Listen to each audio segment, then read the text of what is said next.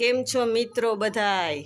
જો હવે તમે લોકો છે ને હમણાં માધુપુરનો મેળો આવશે 26 તારીખ 3જા મહિનાની, ત્યારે રામનવમી આવે ને ત્યારે માધુપુરનો મેળો આવશે. તો ખાસ કરીને તમે બધાય જે લોકોને માધુપુરનો મેળો ગમતો હોય ને એ ખાસ કરીને અમારી ચેનલમાં કોમેન્ટ કરજો કે અમે માધુપુરના મેળામાં જઈએ છીએ. અને અમને ચૈતર મહિનો આવે ને એટલે માધુપુરનો મેળો બહુ જ ગમે. જો આ ખુરશી આમ ફેરવું ને તો મને એમ થાય કે હું ચકેડીમાં જ બેઠી.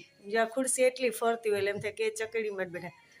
એટલે આપણે બહુ જ ગમે. અને આપણે વિડીયા રોજ જોતા હોય પણ આપણે એમ થાય કે થોડાક બોલીને મૂકશું વિડીયા, પણ આપણે શું છે કે ધીમે ધીમે આપણે આગળ વિડીયા મૂકશું એમ કે. તો જો અમારો તમે ખાસ કરીને બધા માધુપુરના મેળામાં જાજો. ચૈતર મહિનો આવે છે ને 26 તારીખે રામનવમી છે, તો ખાસ કરીને માધુપુરના મેળામાં જવાનું ભૂલશો નહીં.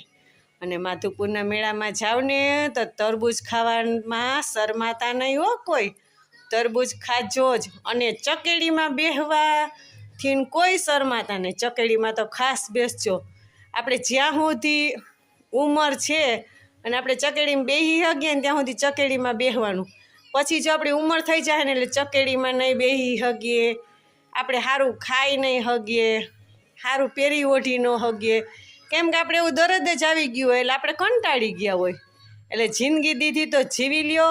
અને ખાવા પીવાનું બહારનું બને ત્યાં સુધી ઓછું ખાવ અને ઘરનો ખોરાક વધારે લ્યો. તમારા શરીરમાં કંઈ રોગ નહીં થાય. ઘણી બાઈઓ એમ કહું 35-40 વર્ષ થયા મારા પગ દુખે, મને પગની જ તકલીફ બધાને વધારે પડતી છે. પણ પગની તકલીફ શા માટે છે કે હલન ચલન નથી કરતા, ખાવા પીવાનું ખાતા નથી. અત્યારે રોટલો ને ગોળ ને ઘી કોઈને નહીં ભાવે. ખાવા માંડો આજથી રોટલો ગોળ ઘી અને ઘરનો ખોરાક લ્યો. અને રાતના જેમ બને એમ ઓછું ખાઓ. જેટલું રાતના તમે ઓછું ખાઓ ને એટલું તમને શરીરમાં સારું રહે. ને 2 ટાણા તમે દૂધ થોડું પીઓ. કોઈ ઝાઝું નથી કહેતા, થોડુંક તમે દૂધ પીઓ, તમારા શરીર માટે સારું છે. અને ખાસ કરીને તમે બધા છે ને માધુપુરના મેળામાં જાજો. શરમાતા નહીં માધુપુરના મેળામાં જવામાં.